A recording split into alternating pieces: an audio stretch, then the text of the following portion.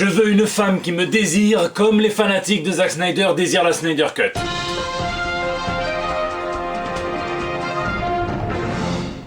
Non mais c'est fou quand même, c'est plus que de l'amour cette affaire là. Ils ont acheté plein d'espaces publicitaires autour du centre de la convention de San Diego pour réclamer la Snyder Cut, et ils ont même loué un avion qui traînait une banderole, un Warner Bros.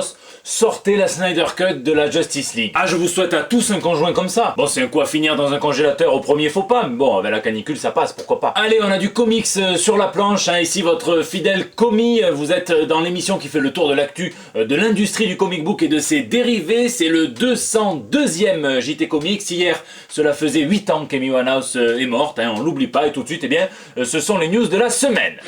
Spider-Man 666. Ce qui est bien avec les fous de Dieu, c'est qu'on n'est jamais déçu avec eux. Cette semaine, 2 news insolites comme je les aime. La première, c'est un groupe de manifestants, donc religieux, qui haranguait la foule aux abords du centre de la Comic-Con de San Diego. Et un espèce de prêcheur, hein, beaucoup moins cool que celui de Garcenis, qui criait sur la foule, hein, quelque chose me dit que beaucoup des pervers que vous êtes se masturbent devant votre ordinateur. Alors évidemment, la foule rigole, hein, et lui, il enchaîne quand même et il dit ce n'est pas une Comic-Con, c'est une masturbation-con. Mais en tout cas, il pourrait travailler dans l'événementiel. Hein. Bon, justement, ils ont pas autre chose à branler que de venir faire ça, sincèrement. Avec toute cette énergie qu'ils ont, ils peuvent pas se trouver un prochain à aider plutôt que de venir emmerder les autres. Je sais pas, il y a peut-être des repas à préparer pour les sans-abri, enfin ce genre de trucs, des trucs utiles. Bon, et ça ce n'est pas le pire, hein. Le pire c'est cette habitante de la ville de Lincoln aux États-Unis qui a écrit au maire pour se plaindre de cette sculpture de Spider-Man. Elle dit que c'est une sculpture satanique, hein, les cornes du diable en rouge. Elle écrit que c'est moche, pervers et haineux envers l'église. Alors que justement cette sculpture de Spider-Man a été réalisée par une fondation chrétienne et un artiste croyant catholique. La nouvelle a fait le tour du monde et quand la meuf s'est rendue compte qu'elle avait percé, ben, elle s'est un petit peu mise à bégayer. Elle a dit oui mais j'ai 50 ans, j'étais en voiture, j'ai vu la sculpture de loin, j'ai pas reconnu Spider-Man, j'ai vraiment cru que c'était une sculpture satanique et j'ai pensé aux enfants, un classique. Putain, ça veut dire que tu écris une plainte officielle au maire, tu dis que la sculpture elle est moche, qu'elle est satanique, patati patata, mais tu es même pas retourné la voir de près. C'est comme si un type survolait Paris et écrivait à Hidalgo pour lui dire qu'il y a un plug anal métallique géant en plein milieu de la ville. Gentleman extraordinaire. Le dernier chapitre des aventures de la Ligue des Gentlemen extraordinaires est sorti la semaine dernière par Alan Moore et Kevin O'Neill. C'est probablement l'un des derniers comics d'Alan Moore de toute sa vie. Et il part en se payant la petite minorité vocale des Comics Gators dans un espèce de faux courrier des lecteurs. Qu'est-ce que le Comics Gate? J'en ai déjà parlé dans les JT précédents, hein, et je vais laisser Alan Moore répondre à ma place avec la caricature qu'il embrosse. C'est Hiram J. Comics Gate 3 qui écrit donc un cher Al et Kev.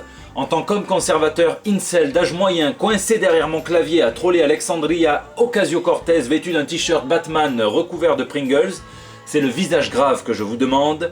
Pourquoi quittez-vous l'industrie du comics? Il fait une réponse entre sous-entendu et ironie, hein, et puis il conclut quand même, hein, voici les plus profonds adieux de la part de vos nonagénaires désormais dépourvus d'intérêt. Ça évitera à n'importe quel connard qui fait un Kickstarter sur un comics couillu, blanc et musclé, hein, de se revendiquer d'Alan Moore quand ce dernier sera mort, plus tard possible.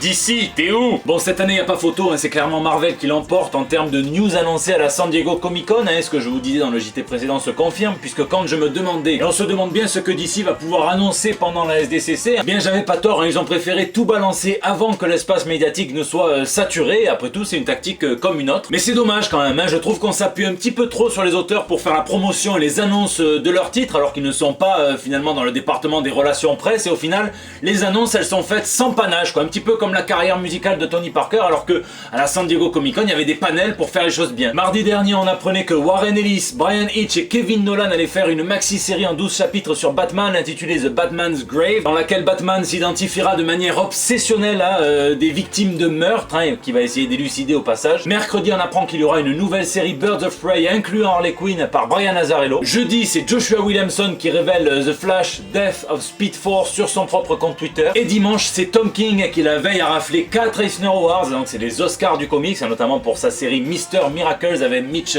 Gerads, qui annonce via Twitter son prochain projet avec DC, donc ça s'appelle Strange Adventures avec Mitch Gerads et Evan Shiner, et on suivra les aventures d'Adam Strange, ce héros de l'âge d'argent créé par Gardner Fox, où l'on devrait justement osciller entre cette itération du personnage assez idéaliste et quelque chose de plus contemporain, de plus moderne. Et en périphérie, pendant le panel qui lui est consacré, Scott Snyder a annoncé le prochain American Vampire, et donc il sortira en 2020 pour les 10 ans de la série qui se déroulera en 1967 et qui devrait mener l'intrigue jusqu'à nos jours. Alors je sais que du côté ciné-série, il y a eu quelques annonces avec notamment la CW, la série animée Harley Quinn, les New Teen Titans, Batman Hush ou encore la remasterisation de Batman Beyond en Blu-ray, mais purement en comics, je comprendrais que les fans soient déçus. Marvel au max. Et chez Marvel, on a clairement profité de l'absence du concurrent, aussi bien en ciné, en série ou en comics, on a annoncé une masse de news conséquente. Dans les règles de l'art, puisqu'entre le panel Marvel's Next Big Thing ou le dîner de relations avec les libraires, eh bien, on a lâché pas mal d'infos, notamment on a dévoilé la reprise en main de tout le line-up des X-Men par Jonathan Hickman qui chapeautera le départ et puis restera en tant super éditeur sur l'ensemble des séries. On commence avec 6 nouvelles séries, 6 nouveaux logos. La première c'est évidemment le titre principal X-Men par Jonathan Hickman et Leinil Franciszek. Le deuxième c'est X-Force par Benjamin Percy et Joshua Cassara. Le troisième c'est Excalibur par Tiny Howard, c'est une bonne nouvelle, et Marcus To. La quatrième c'est les New Mutants par Hickman, Brisson et Rod Reis au dessin. La cinquième c'est les Marauders par Gary Dungan et Matteo Lolli. Et la sixième c'est les Fallen Angel par Brian Edward Hill et Simon Kudranski. Parmi les attentes c'est peut-être Excalibur qui excite le plus les fans de toute époque. Surtout qu'il semble y avoir du changement puisqu'on voit que c'est la sœur de Brian et donc Betsy Braddock qui deviendra Captain Marvel, mais qu'il y aura quand même une Psylocke dans les Fallen Angels. On sait également qu'après ça il y aura une deuxième vague de titres sur lesquels ils ont déjà commencé à travailler et 2 d'entre eux seront écrits par Vita Alaya et par Leah Williams. Sinon on voit qu'il y a 6 équipes créatives supplémentaires qui ont été annoncées pour le Marvel Comics numéro 1000, donc qui devrait comporter notamment du Dark Vador mais aussi le grand retour de Miracle Man. On aura droit à une série Amazing Mary Jane, à une série sur le Docteur Fatalis et Nick Spencer viendra raviver les braises de l'univers 2099. En novembre prochain on va avoir un remix d'Annihilation, probablement orchestré par Donny Cates. Et je rappelle que le premier avait quand même chamboulé tout le paysage cosmique pendant des années chez Marvel, c'était génial. Le transmédia continue comme si on était au Brésil avec une série de one-shot sur des personnages du jeu vidéo smartphone Marvel Future Fight. Il y aura un relaunch de la série Deadpool en octobre, il y aura une mini-série dans l'univers du Spider-Verse de Sony. On a eu un teaser assez frustrant qui annonce peut-être l'arrivée de Biggie dans l'univers Marvel. Longue vie au roi, c'est dessiné par Chris Bachalo, le trône est un petit peu chelou. Il y a une cape posée en guise de tapis par terre sur un acarien géant, un Shumagorath, celui qui fait lire du comics à tous les fans de hentai. En gros, ça fait quand même vachement penser à du Doctor Strange, mais on sait qu'ils peuvent nous prendre à rebrousse-poil. Et sinon, le prochain et dernier gros crossover prévu pour 2019 sortira en décembre, et on n'en sait pas plus, mis à part qu'il devrait, si on en croit les petits traits, résulter de The War of the Realms, de House et Powers of X et de Absolute Carnage. Beau bordel. On a pu voir le logo à des espèces de flammes, ce qui alimente évidemment la théorie soit d'un Ghost Rider, soit d'un Mephisto qui s'incruste dans tous les comics, un petit peu comme NordVPN dans les vidéos de tes youtubeurs préférés. Indéboulonnable. Quand je vois que le grand éditeur en chef de chez DC, Dan Didio, est capable de pester, de vendre mieux ses éditions facsimilées que certains comics modernes, les facsimilés sont des reproductions telles quelles de vieux comics avec les pubs et tout ça, je comprends mieux, 1, pourquoi certains le haïssent, 2, pourquoi c'est autant le bordel dans les parutions avec beaucoup d'absolutes et d'omnibus qui sont annulés. Alors mon compte en banque le remercie, mais le fan en moi a envie d'y sauter à la jugulaire. Mais je comprends aussi pourquoi les comics que l'on dit indépendants cartonnent, et de ce côté-là on a eu de sacrées news également. Image Comics a attendu la SDCC pour annoncer la résurrection de Dead Rabbits, le comics de Gary Dungan et de John McCrea, qui avait eu des gros problèmes juridiques parce que le copyright était déjà utilisé pour le comics d'un bar à New York qui s'appelait aussi Dead Rabbits. Il devait des millions de dollars, c'était très sérieux. Il y a eu un arrangement, la série reprendra sous le nom de Dead Eyes. Il me tarde de lire la suite du coup. Le comics de Saul Snyder et Cameron Coley, qui sera d'ailleurs l'invité de Panini à la Comic Con, s'intitulera Undiscovered Country. Et il me tarde toujours autant de lire ce récit sur les États-Unis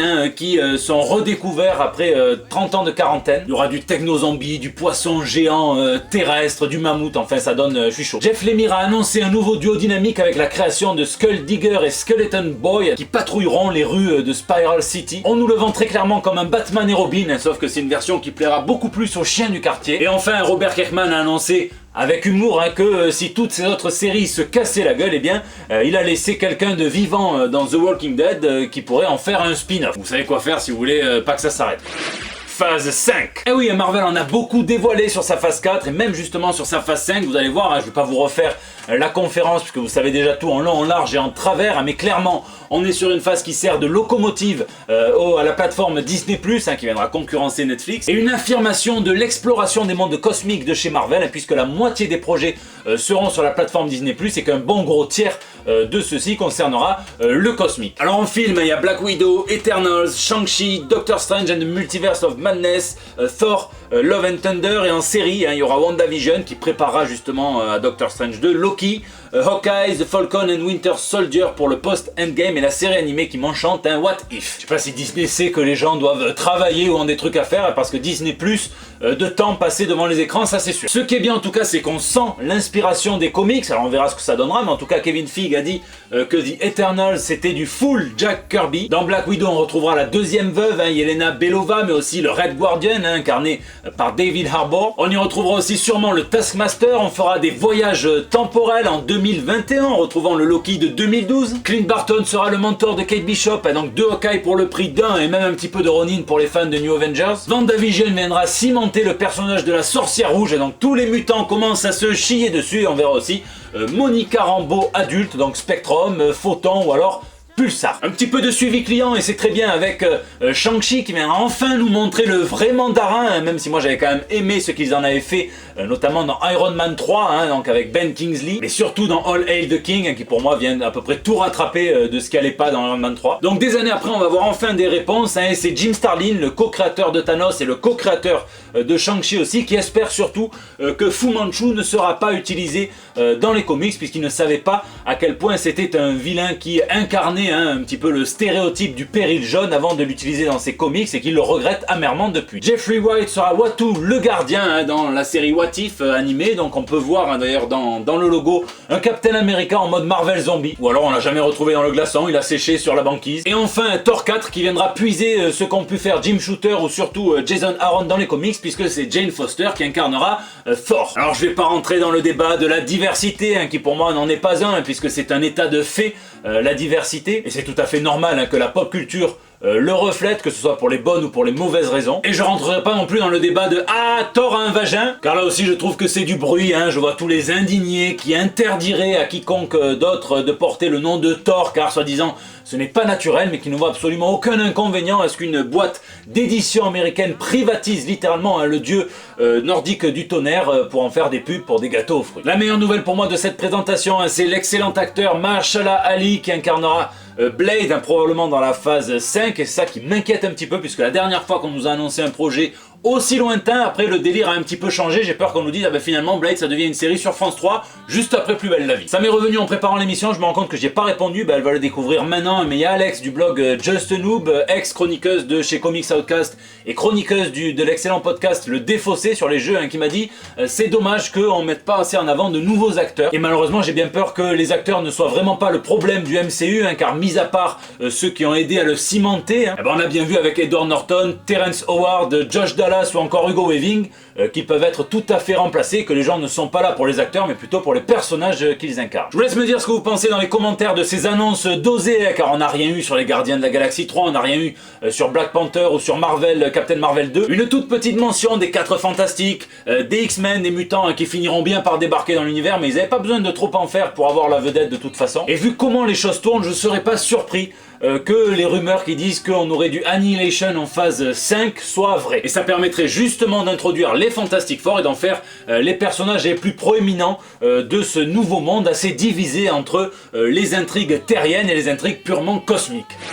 Lisez cette semaine, j'ai enfin tout terminé sur Sentry, je suis à jour, j'ai lu le 100% de Jeff Lemire et de Kim Jacinto. Et qu'est-ce que tu veux que je te dise? J'aimerais que Jeff Lemire arrive à trouver le temps de poursuivre son travail sur le personnage, puisqu'il arrive parfaitement à synthétiser tout ce qui était dense, hein, dans les origines du personnage qui sont un petit peu complexes, à en faire quelque chose de nouveau, de plus simple, sans rien perdre pour autant. Un truc que même le co-créateur du personnage, Paul Jenkins, avait du mal à faire, hein, sur sa deuxième mini-série sur Sentry. Bref, foncez sur ce 100%, hein, qui reste accessible aux débutants, même si je vous recommande quand même d'avoir certaines bases du personnage, et notamment le Marvel Deluxe sur les origines, quoi, ou alors la série New Avengers, même si c'est un peu plus complexe. Et ensuite j'ai des tas de trucs que je n'ai jamais lus à découvrir, mais je ne devais pas le faire et je l'ai fait finalement, je n'ai pas résisté, hein. Je suis en train de relire l'intégralité de The Boys. Et c'est toujours un kiff monumental que de se replonger dans l'univers qui a été créé par Garth Ennis et par Darick Robertson. C'est évidemment la série qui approche qui m'a donné envie de le relire, mais aussi le titre d'une critique de CBR qui finit par en gros un The Boys, une série étonnamment réfléchie. Et je trouve ça assez injuste, hein, notamment comme le reproche qu'on fait souvent à Garth Ennis de verser dans la violence gratuite. La violence d'Ennis n'est pas plus gratuite que celle qui nous entoure tous les jours dans nos sociétés, ou alors que celle qui remplit les comics de super-héros depuis 80 ans. Alors oui, il y a des exubérances dans The Boys, hein, mais vous y trouverez également des phases d'enquête passionnantes, une satire sociale, hein, sur les super-héros, donc par analogie sur les puissants de ce monde qui est très fine, une critique de ce système ultra libéral, ultra capitaliste, de la géopolitique, une critique des éditeurs qui ciblent telle ou telle communauté, hein, comme s'ils faisaient du clientélisme. Bref, ça ne m'étonne pas que la série The Boys soit étonnamment réfléchie, puisque quiconque a lu le comics, hein, le savait dès la première issue. J'en suis à la moitié, je vais finir l'autre pour vendredi, et vendredi évidemment on va binge-watcher ce The Boys et on verra si j'en parlerai sûrement sur la chaîne. En tout cas, n'hésitez pas à me dire ce que vous lisez. C'est la fin de ce JT Comics, hein, j'espère qu'il vous a plu. Un grand merci à vous tous qui le regardez, à vous tous qui vous abonnez. Il y a pas mal de nouveaux abonnés, on est à moins de 100 abonnés des 30 000 et donc de la grosse foire aux questions que je ferai. Merci à ceux qui partageaient ce JT, à ceux qui le tweetaient, le retweetaient, le facebookaient, l'instagrammaient. Merci pour vos pouces bleus, hein, les pouces du Docteur Manhattan. N'hésitez pas à réagir, hein, sur YouTube dans les commentaires où je réponds à chacun d'entre vous, ou bien sur les réseaux sociaux, sur Facebook, sur Twitter, sur Instagram. C'est là aussi que vous me laissez vos petits messages pour le bandeau, comme tous les mardis. Je vous fais des bisous et je vous donne rendez-vous bien la semaine prochaine pour des nouvelles toutes fraîches. Janine, depuis quand tu parles comme ça à ton père? T'as pas idée de la chance que t'as d'avoir un père comme lui. Ta mère, par contre, c'est une putain de conne de pochetronne, même pas foutue de se torcher le cul elle-même, alors le tien. Et je le sais parce que j'étais avec ton père quand il t'a sorti du trou à rats où elle te faisait vivre et t'avais même pas 6 mois. Alors reprends-toi Janine, arrête de t'habiller comme une pute et de traîner avec des branleurs fêtés de voir, la ramène pas avec ta conne de mère. Alors rentre et essaie de montrer à ton père un peu de putain de respect. C'est la traduction d'Alex Nikolavitch, hein, et c'était pour vous montrer qu'on peut même éduquer ses enfants avec Butcher, avec The Boys.